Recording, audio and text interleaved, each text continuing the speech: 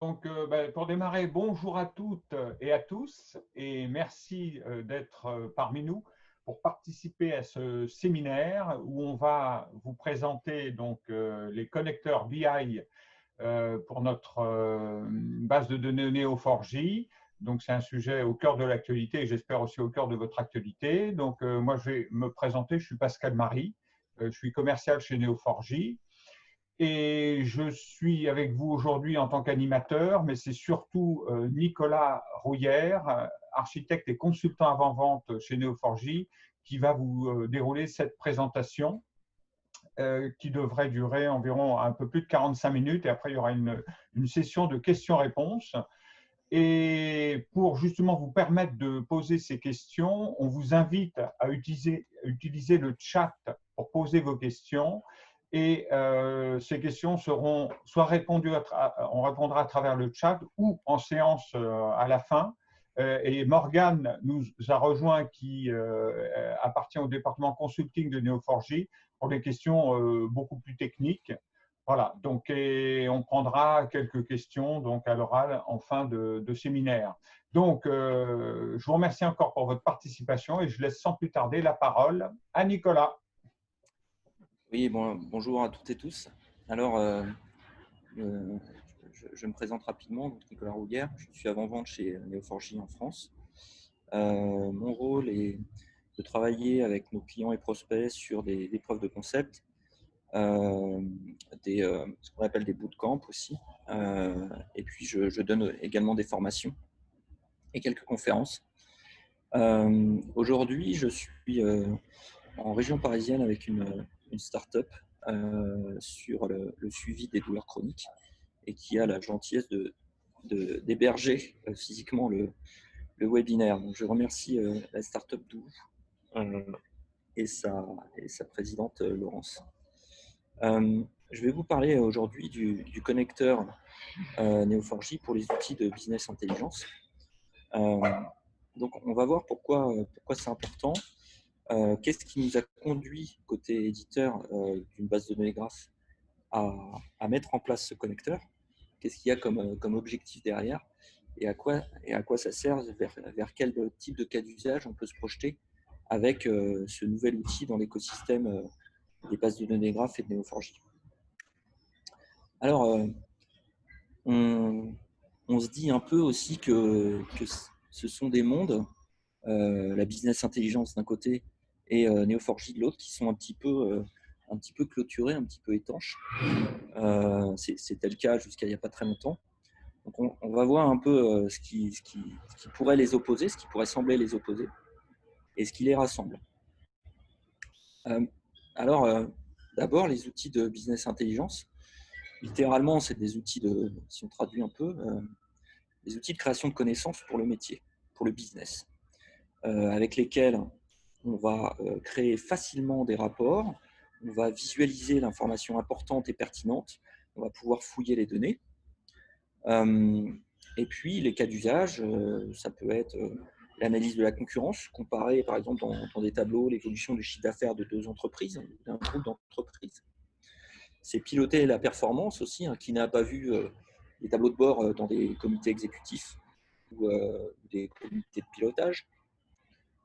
C'est analyser le marché et les ventes, c'est optimiser les coûts, c'est améliorer la gestion des stocks. Voilà, donc c'est des outils qui ont vraiment un parc installé très important parce que tout le monde a envie de raccourcir ce délai entre la production de données d'une part et la prise de décision d'autre part.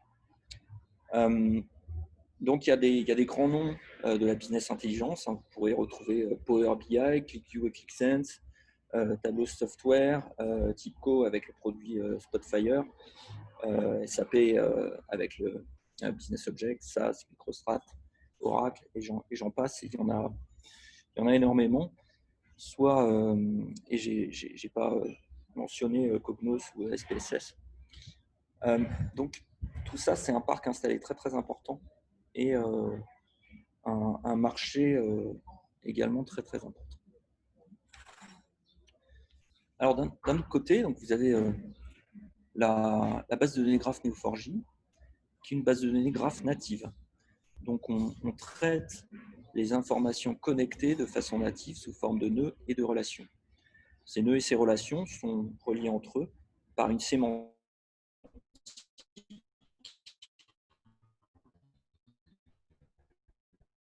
On peut parler d'une arme particulière qui décrit la réalité. On a coutume de dire que ce que vous pouvez dessiner, nous, on peut le stocker. Donc, ce qu'on va dessiner au tableau blanc, eh bien, on va pouvoir le stocker dans une base graph de façon native, sans aucune distorsion de l'information, contrairement aux autres technologies de base de données. On a également un langage, Cypher, qui est optimisé pour les graphes et qui permet de parcourir facilement ces structures de données connectées. La base de données Neo4j, elle est orientée développeurs, c'est peut-être la première population à laquelle on parle, puisque finalement, si les développeurs sont satisfaits de la technologie, si elle est facile d'emploi, eh bien, on va pouvoir plus facilement faire entrer cette technologie dans les systèmes d'information des entreprises. On a un écosystème complet avec notamment la librairie Graph Data Science, GDS, dont on Nicolas, a parlé dans des... je suis Oui, désolée de pardon. t'interrompre, mais je crois qu'on ne voit plus tes slides. Ah, c'est pour... Alors, je suis peut-être la seule, mais Pascal, a priori, non plus. Si tu peux repartager juste pour être sûr.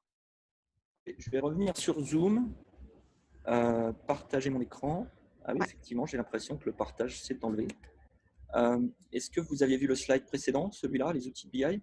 Non, moi, je ne l'ai pas vu. Mais D'accord. Je le remonte, mais j'ai tout dit. D'accord. Donc voilà. Les outils de création de connaissances pour le métier, la création de rapports, mettre le doigt sur l'information pertinente, fouiller les données, et puis des cas d'usage divers et variés, avec un parc installé très important et un objectif, raccourcir le délai entre production de données et prise de décision. Si je passe au slide suivant, c'est bon? Le oui, slide numéro 4. tout à fait. La base de données de graphes. Merci, merci Eva. Voilà. Donc j'ai parlé du fait que cette base de données graph est native, que le langage Cypher est optimisé pour les graphes, que cette base est orientée développeur. Et maintenant, j'étais en train de dire, avant que la connexion se coupe un petit peu sur mes slides, que on a développé avec Neo4j un écosystème complet et qui comprend notamment un outil de visualisation qui s'appelle Bloom, une librairie d'intelligence artificielle et d'apprentissage automatique qui s'appelle la Graph Data Science Library, GDS, avec laquelle on peut passer 5 grandes catégories d'algorithmes sur nos modèles de données connectés. Ça peut être la détection de communautés, la recherche de similarité, la centralité, la recherche de chemin, et puis la détection de liens. J'en parle un tout petit peu. La recherche de communauté, c'est regarder comment des nœuds du graphe sont reliés entre eux. Par exemple, dans la recherche contre la fraude, on va relier entre eux des fraudeurs parce qu'ils partagent, par exemple, un élément d'identité. On va aussi relier entre eux ces fraudeurs parce qu'ils partagent, ils s'envoient de l'argent via des transactions bancaires. La similarité, c'est aussi la recherche de points communs, d'accord. Et on va finalement se poser la question, un nœud est-il semblable à un autre nœud selon des voisins qui partagent dans le graphe. La centralité, c'est l'importance d'un nœud. Donc, en quoi un nœud est plus important qu'un autre dans le graphe? Est-ce qu'il est important au niveau de la structure globale, donc la façon de pouvoir traverser le graphe, de pouvoir toucher des nœuds très éloignés? Ou est-ce que c'est une notion d'influence? Et on pourrait parler, par exemple, dans un réseau social, de comptes qui sont plus influents que d'autres, des leaders qui ont plus de followers et dont les followers ont aussi plus de followers, etc., etc.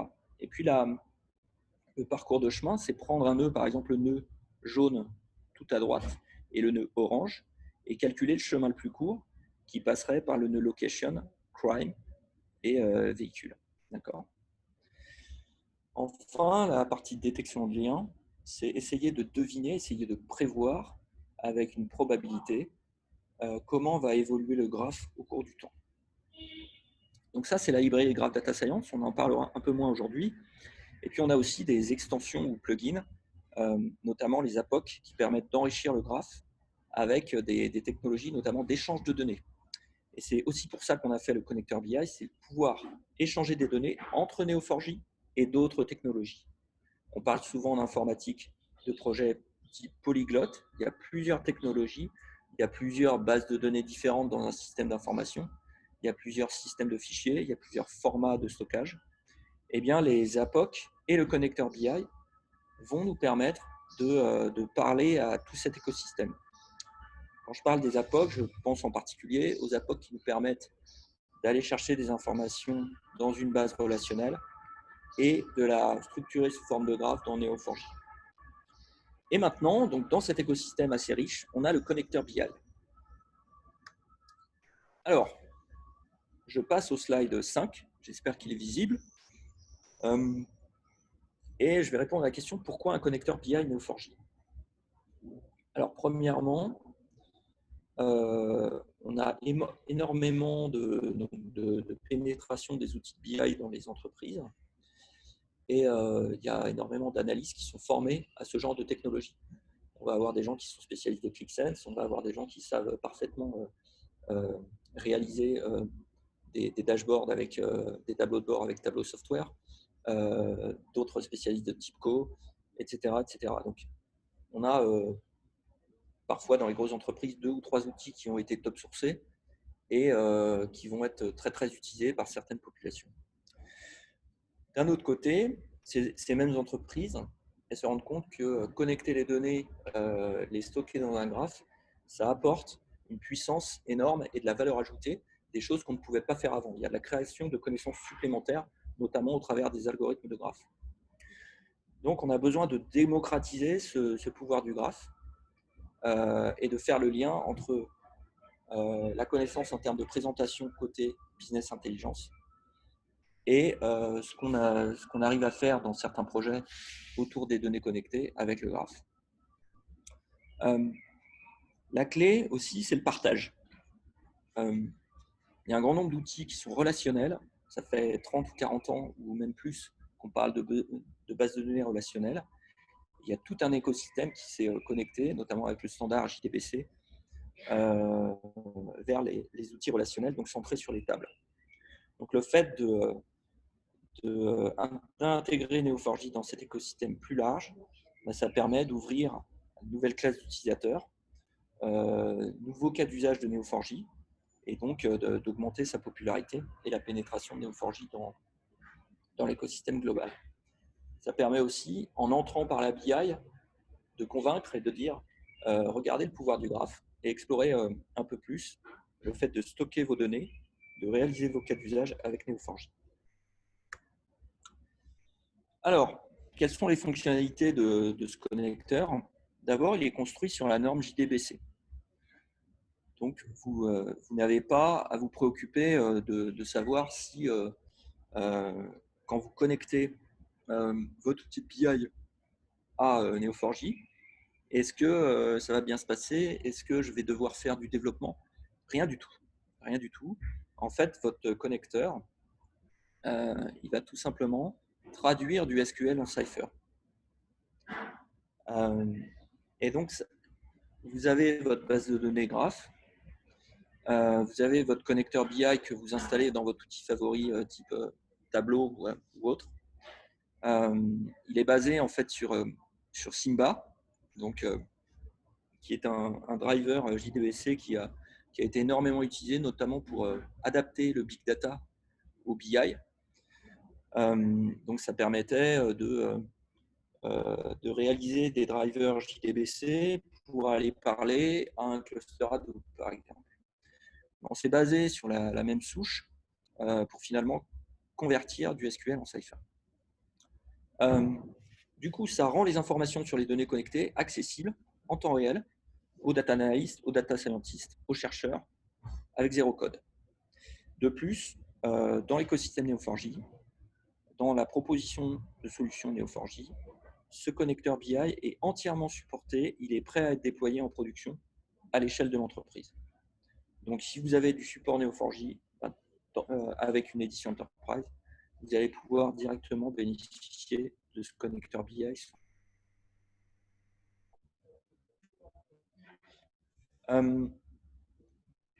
Alors, je rebondis un petit peu sur ces avantages.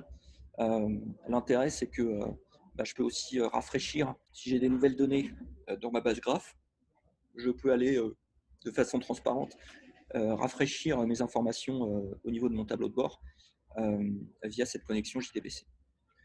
Ce qui est important, c'est la mise à disposition de connaissances uniques qui sont issues du graphe, comme par exemple la détection de communautés, les recherches de chemin, la similarité, etc. Donc ça, par exemple, je fais tourner avec la Graph Data Science Library un algorithme qui va me regrouper en communauté des acheteurs, des consommateurs.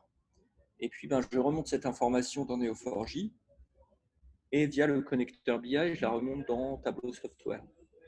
Eh bien, je vais pouvoir ensuite faire des analyses sur le multidimensionnel dans Tableau Software et aller présenter des tableaux de bord sur ces différentes dimensions qui sont disponibles à l'intérieur de communautés qui ont été calculées par Neo4j. Alors, par exemple, si j'ai dans une base de données relationnelle le fait que Bob est CEO dans une société et que son compte est à $200, finalement, le fait que son compte soit à $200, ce n'est pas très intéressant pour une banque. Par contre, si j'ai créé dans un graphe de connaissances l'information comme quoi Bob est chef d'entreprise d'une société qui elle-même est un client B2B de la banque, là, j'ai créé une connaissance beaucoup plus importante et intéressante puisque ça fait de Bob un client à fort potentiel. D'accord ? Alors, en termes d'installation, ça va être très très simple. Il vous faut une version Neo4j 3.5 ou 4.x. Ça requiert une version du plugin APOC supérieure à 3.5.09 ou 4.0.04. On va ajouter le jar Neo4j BI Connector au driver de Tableau. Donc ça, c'est différents répertoires sous Windows, Mac et Linux. Et ensuite, il suffit de définir une connexion donc Tableau, JDBC. Donc c'est nouvelle connexion Tableau, autre JDBC, on va le voir directement. Et puis, on va pouvoir créer des tableaux de bord, visualisation, c'est-à-dire en allant regarder les sources de données et en les connectant entre elles. Comme s'il y avait finalement des tables de jointure, alors que il n'y en a pas. On simule les tables de jointure grâce à la conversion SQL Cypher. Bien, on va passer à la démo. Est-ce que vous avez des questions en attendant que je passe à la démo ?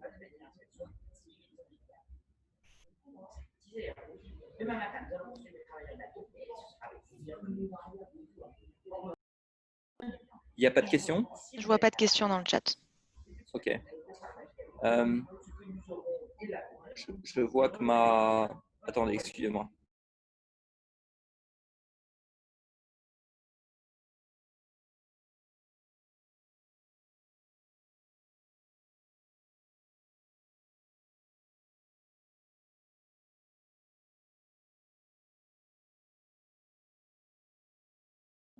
Excusez-moi, il y a un peu de bruit autour de moi, donc je vais passer à la démo dans quelques instants.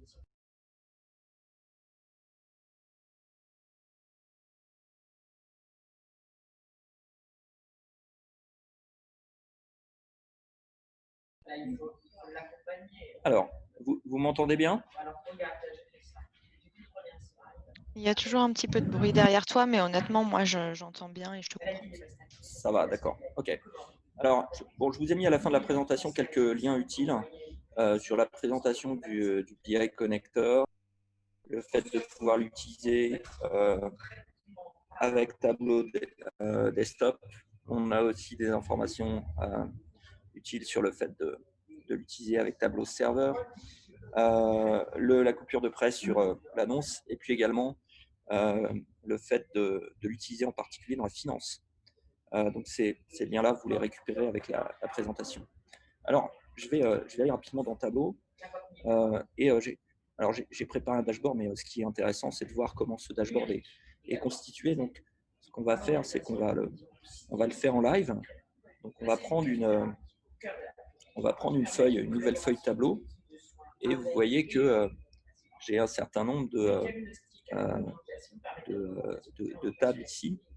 Alors, je vais en fait réaliser complètement un nouveau fichier tableau où je vais définir mes sources de données.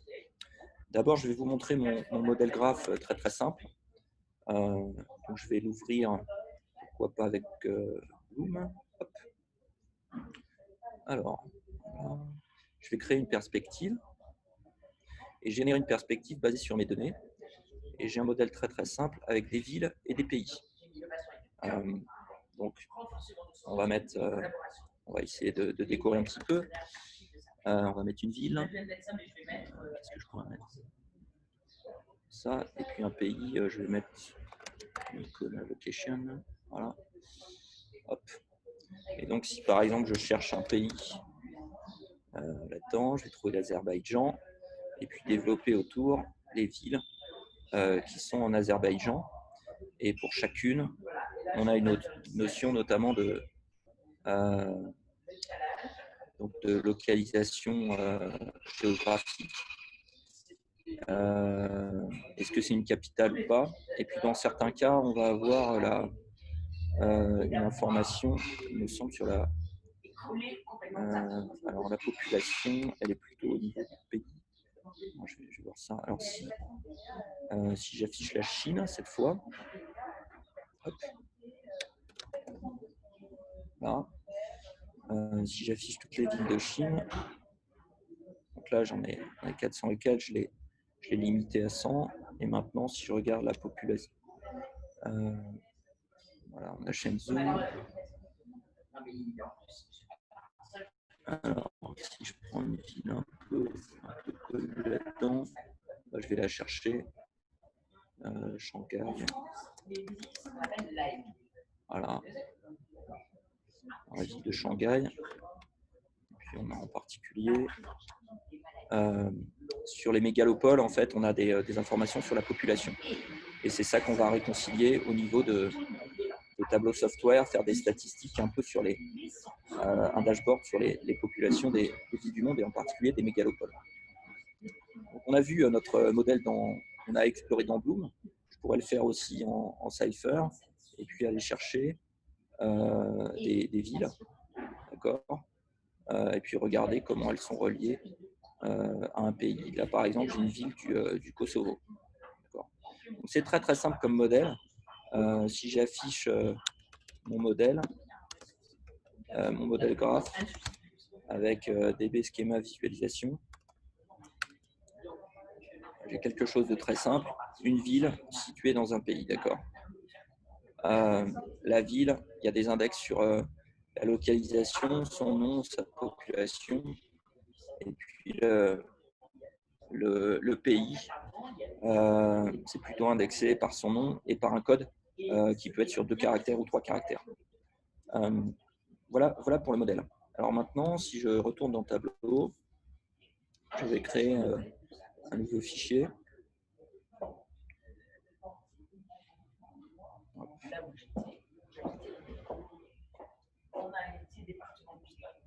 Voilà, et puis je vais me connecter aux données. Donc, je vais aller chercher, comme je vous l'ai dit tout à l'heure, c'était autre base de données JDBC.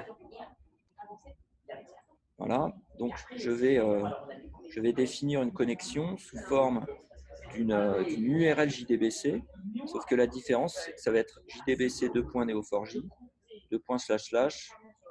Là, en l'occurrence, je suis sur mon poste de travail, donc en localhost, qui est dans le cloud ou autre. Je mets mon mot de passe. Je peux rajouter un certain nombre d'autres paramètres qui me donnent des informations sur l'endroit où je vais stocker les logs de mon driver de mon driver Neo4j, de mon connecteur BI. Donc, il y a des logs de ce connecteur BI qui peuvent être routés vers un répertoire en particulier. Alors, je me connecte et là, je vais trouver ma base de données Neo4j. D'accord ? Je vais mettre en grand. Je vais pouvoir sélectionner le schéma et considérer des nœuds ou des relations. Alors, d'abord, j'ai besoin de prendre ma table ville. D'accord ? Donc, je la fais glisser ici et je la retrouve dans mon modèle tableau. Ensuite, je vais aller trouver une relation. Et cette table de jointure, en fait, elle a été créée automatiquement par Neo4j en fonction de la relation entre ville et pays. Donc, ça reprend le formalisme de tableau. Et puis, donc, je crée cette jointure entre ville et pays. Donc, j'ai ma table de jointure.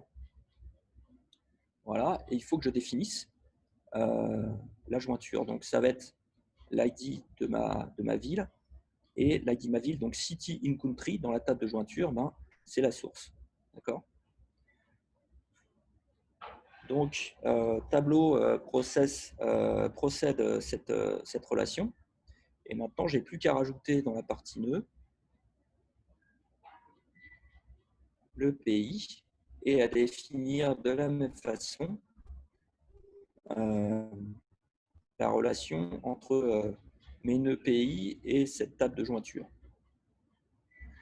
Donc, si vous avez, là, on retrouve notre formalisme sujet-verbe complément. Une ville est dans un pays. Donc, cette fois, dans ma table de jointure, le pays, c'est Target ID et l'identifiant du nœud du pays.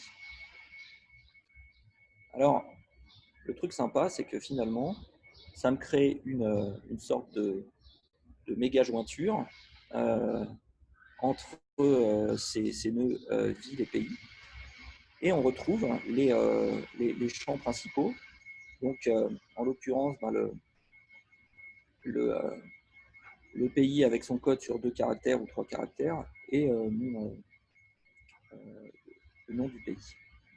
Je vais pouvoir maintenant accéder à une feuille de calcul et retrouver toutes les dimensions qui sont présentes dans les tables simulées. D'accord ? Que ce soit donc les informations des villes avec le nom administratif, est-ce que c'est une capitale ou pas, sa localisation géographique, la population, etc. Donc, je vais faire la chose suivante, c'est-à-dire que je vais prendre le code d'un pays, ISO 2 ou ISO 3, donc sur 2 caractères, je vais le mettre dans mes codes.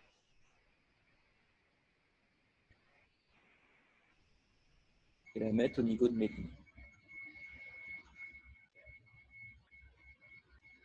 Alors, là, pour l'instant, je me retrouve avec l'ensemble des codes pays, d'accord, sur 2 caractères. J'aurais pu mettre le code pays sur 3 caractères, c'est peut-être un peu plus évocateur. Celui-là, je l'enlève. Donc, dans ce cas-là, on se retrouve avec, voilà, par exemple, l'Autriche, la Belgique, etc., etc. Et maintenant, si je veux filtrer un petit peu sur les grosses mégalopoles dans les pays où ça dépasse 50 millions d'habitants, par exemple, eh bien, je vais définir un filtre sur la population minimum. Je vais la mettre à 50 millions. Et puis, je me retrouve avec uniquement 7 pays. Donc, le Brésil, la Chine, l'Inde, le Japon, le Mexique, la Russie et les USA. Et puis, avec la population agrégée des mégalopoles en Chine, aux États-Unis, en Russie, au Mexique, au Japon, etc. D'accord. Ce qui permet d'analyser. Alors là, on n'est pas sur un énorme cas d'usage, Mais aux USA, ça se rapproche beaucoup de la population totale, donc on a des véritables déserts en termes de population au milieu du pays, alors qu'il y a énormément de population dans les mégalopoles. Donc je peux renommer ma feuille. Voilà, mon tableau avec Neo4j.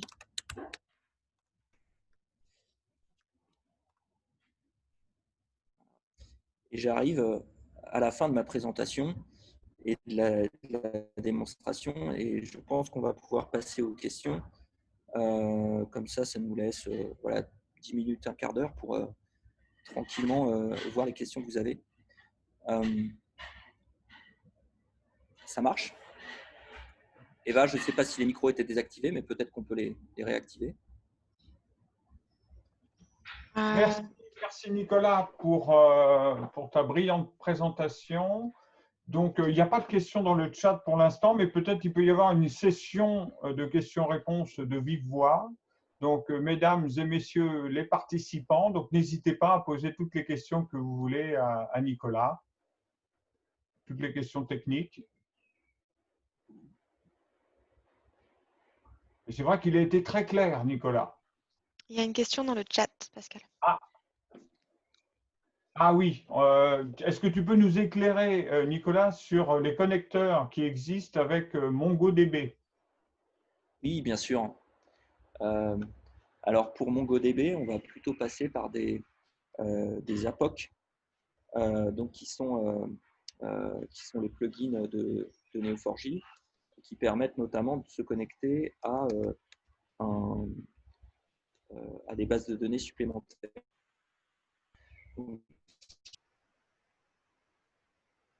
Ah, Nicolas, desktop, Ah oui, pardon. Attendez. Oui, le son a été coupé quelques secondes. Est-ce que c'est bon comme ça? Ah, impeccable. Impeccable.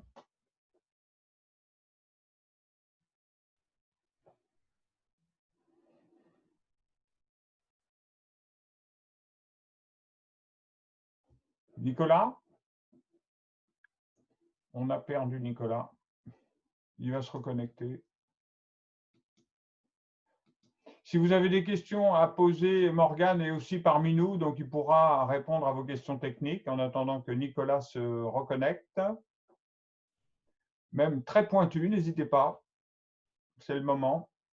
Ou ça peut être aussi des questions qui débordent le thème qu'on a abordé. Profitez de la présence de Morgane.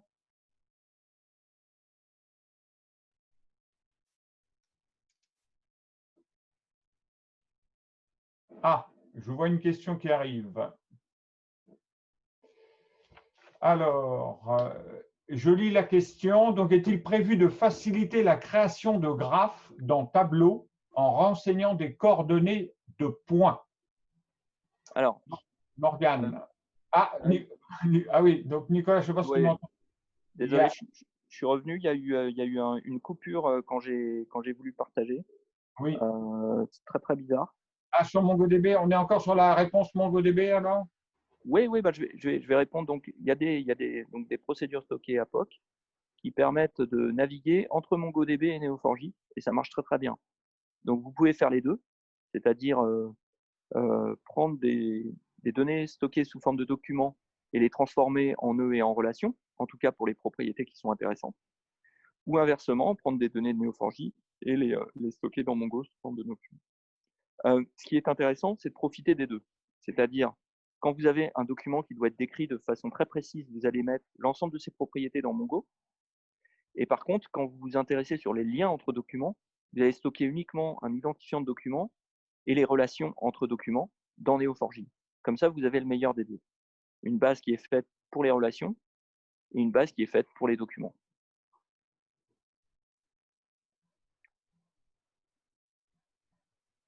La question d'après était? Alors, la question d'après, ça concerne Tableau et les coordonnées de points. Est-il prévu de faciliter la création de graphes dans Tableau en renseignant des coordonnées de points? Alors, tout à fait. Hein. On a déjà des coordonnées géographiques avec une librairie géospatiale qui est également dans les APOC. Donc, dès lors qu'on définit qu'on appelle des géopoints avec latitude, longitude, ou dès lors qu'on a des coordonnées latitude, longitude, alors à ce moment-là, superposer un fond de carte, enfin avoir un fond de carte dans Tableau avec des données de Neo4j en dessous, il y a zéro problème. C'est quelque chose qu'on pourra démontrer d'ailleurs dans un prochain webinaire, il n'y a pas de souci. Et donc la librairie géospatiale, elle permet aussi notamment de calculer des distances. Donc on va pouvoir se poser la question, pour un nœud donné qui représente un client ou autre chose, j'aimerais savoir s'il existe un magasin à moins de 10 km de l'adresse de ce client. Donc on peut poser la question directement en Cypher. D'accord. Merci Nicolas. Donc il y a une autre question sur les copier-coller de Neo4j vers Tableau. Je lis la question. Nous avions imaginé qu'il serait possible de faire une sorte de copier-coller d'un graphe de Neo vers Tableau, par exemple de glisser un réseau de fraudeurs dans Tableau pour pouvoir enrichir nos infos avec les autres bases disponibles dans Tableau, par exemple. Mais il semblerait que ce ne soit pas possible. Est-ce que tu aurais une solution de contournement ou une solution, tout simplement? Alors, moi je le dirais plus autrement. De toute façon, le réseau de fraudeurs va être visualisable dans Tableau, puisqu'on va connecter Tableau à Neo4j, donc on va le voir, le réseau de fraudeurs. Et du coup, si vous définissez une autre source de données dans Tableau, bah, vous allez pouvoir aller réconcilier les informations sur les deux sources de données que sont Neo4j, qui a la connaissance du réseau de fraude, et une autre base de données qui pourrait être par exemple le CRM, et donc la connaissance du client. Et donc ça, vous allez pouvoir le faire en définissant plusieurs sources dans Tableau et en créant une feuille dans Tableau qui superpose ces deux informations. D'accord? Très bien. Ben, écoute, merci Nicolas. Alors, une question qui concerne le passe-temps favori des Français. Donc, quelqu'un souhaite réaliser un arbre généalogique avec Neo4j. Et il souhaite, oui, je Il peux n'y a passer aucun problème. D'accord. Et qui permet d'accéder à D3JS. Hein, et Ouais. voilà, donc avec la visualisation Bloom, on verra véritable app généalogique selon les normes en vigueur pour le transformer via Bloom, la visualisation Bloom. Ok. Alors, premièrement, si vous avez votre modèle d'arbre généalogique alors arbre généalogique, hein, je préjuge pas du cas d'usage. Ça peut être l'arbre généalogique de semences dans tout ce qui est agriculture, d'accord, biologique, génétique, d'accord. Ça peut être arbre généalogique personnel avec mon frère, ma soeur, ma grand-mère, etc. Ou mes enfants. Donc on peut gérer évidemment un arbre est un graphe, est une sorte de graphe, et on peut le gérer dans un modèle de données graphe Neo4j, et c'est bien de le faire là-dedans. C'est beaucoup plus compliqué dans d'autres bases de données. Donc, deuxième chose, quand vous le faites par exemple avec Neo4j Desktop, vous avez Bloom intégré dans Neo4j Desktop maintenant, donc sur votre poste de travail. Donc, vous pouvez tout à fait représenter votre arbre généalogique dans Bloom et l'explorer en partant d'un point particulier de l'arbre généalogique et en remontant vers les ancêtres ou vers les descendants. Et ça va se faire de proche en proche, et c'est très très facile à faire de façon intuitive. Troisième chose, si vous voulez construire une interface web basée notamment sur des technologies JavaScript et 3JS, vous avez différentes possibilités pour vous connecter à la base de données Neo4j. Soit vous prenez directement un driver, pourquoi pas également en JavaScript, qui va se connecter à la base de données Neo4j et vous ramener des nœuds et des relations que vous allez exposer avec des 3JS. Soit vous passez par une API, la définition d'une interface, d'une API au formalisme. Nous, ce qu'on recommande comme pile technologique, c'est d'utiliser GraphQL, qui s'adapte très très bien avec Neo4j au travers de ce qu'on appelle la Grand Stack. Grand, c'est G-R-A-N-D. Donc G pour GraphQL, R pour React, framework JavaScript, mais ça peut être un autre. Et on peut intégrer du React avec du D3JS, d'accord. A pour Apollo comme serveur d'application, mais ça peut être un autre serveur d'application comme Tomcat ou autre. Et puis ND pour Neo4j Database. Donc ça, c'est la pile technologique qu'on recommande pour développer des interfaces web avec une base de données graph sous-jacente. Donc votre arbre généalogique, vous pouvez tout à fait développer une interface web qui le représente avec de la customisation, puisque si vous avez développé avec du D3JS, c'est que vous voulez customiser le rendu. Et puis, si vous n'avez pas besoin de la customisation, ou si vous n'êtes pas dans une optique interface utilisateur, mais interface plus d'administration, à ce moment-là, allez explorer avec Bloom votre graphe d'arbre généalogique. Très bien. Donc, alors, une précision. Une dernière question, peut-être? Oui, justement. Ah, apparemment, les réponses ont été appréciées, Nicolas. Il y a beaucoup de merci. Il y a même un super merci. Voilà. Alors, peut-être une précision apportée suite à la question que tu viens de développer, parce que la personne qui a posé la question souhaiterait une visualisation normale, entre guillemets normale. Alors, une visualisation normale. Alors, je sais ce que c'est qu'une visualisation paranormale, mais visualisation normale. Alors là, est-ce que la personne qui a posé la question peut nous apporter un éclaircissement, préciser sa pensée? Alors, parce que dans le thème qu'on a développé aujourd'hui, dans le sujet, une visualisation normale, ça peut être tout simplement d'avoir un tableau de données, ou d'avoir un diagramme en barre, ou d'avoir des courbes. Et ça, en fait, on a vu dans la démonstration qu'on pouvait tout à fait le faire. Et avoir un tableau de bord, entre guillemets, normal, qui représente ce qu'on peut faire avec les outils de BI aujourd'hui. D'accord ? Après, visualisation normale, peut-être qu'il y a un autre sens, mais j'arrive pas trop à deviner.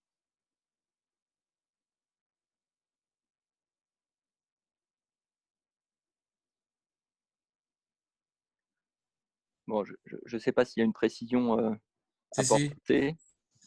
Ah. Oui. Oui, bon, d'accord. Je crois que je vais parler. Hein. Allô? Oui, je vous entends. D'accord. Comment dire? Oh, bah, juste. Oui, c'était pour dire que ce sont des médecins qui vont pouvoir repérer des personnes dans un arbre généalogique qui est qu'on peut voir sur des outils de généalogie, Généanet ou autre. Et donc, effectivement, il faut transformer la visualisation Bloom en quelque chose qui soit au format lisible par, j'allais dire, tout le monde, c'est-à-dire des arbres généalogiques qu'on voit partout. Okay. Alors, je vois ce que tu veux dire. C'est plus dans ce qu'on appelle en graphisme le layout, le rendu. Oui, c'est ça. Oui. Et donc, il y a des techniques de rendu, notamment sur D3JS, mais sur d'autres frameworks, ou alors dans d'autres outils comme Linkeruse. Et en fait, ce qui va se passer, c'est que dans une prochaine version de Bloom, vous allez avoir plus de rendus possibles, et notamment un rendu hiérarchique qui devrait correspondre à ce que vous voulez faire. D'accord. Voilà. Donc, par exemple, vous avez un nœud de départ sur lequel vous vous centrez, et vous dites, je voudrais centrer le layout, le rendu, sur ce nœud-là. Ça veut dire que voilà, on va développer le graphe tout autour. Le rendu par défaut, c'est un rendu qui cherche à agréger les nœuds dans un espace qui est circulaire. D'accord ? Oui. Voilà. Et après, voilà, donc, customiser, donc c'est en customisant, il faut que je passe par une conversion, de toute façon. En fait, si vous prenez vos données de Neo4j, si vous allez les chercher à partir d'un framework client côté JavaScript D3JS, dans D3, vous allez obtenir vos données et c'est vous qui allez faire le rendu. En termes de même que dans Sigma, une autre librairie JavaScript, il y a des formes de rendu différentes qui sont disponibles. Donc, c'est ça que vous allez devoir faire au niveau de votre interface utilisateur. Alors, je ne suis pas un spécialiste, mais je peux juste vous dire que les spécialistes font comme ça. Super. Merci. Bon, je crois qu'on va s'arrêter là. Je vous remercie beaucoup. Merci à à Morgane, Cédric, Eva et Pascal pour l'organisation et puis m'avoir aidé à résoudre mes problèmes techniques. J'ai quand même réussi à saturer la batterie de mon ordinateur, donc il s'est éteint de manière impromptue, mais je crois qu'on a pu répondre aux questions.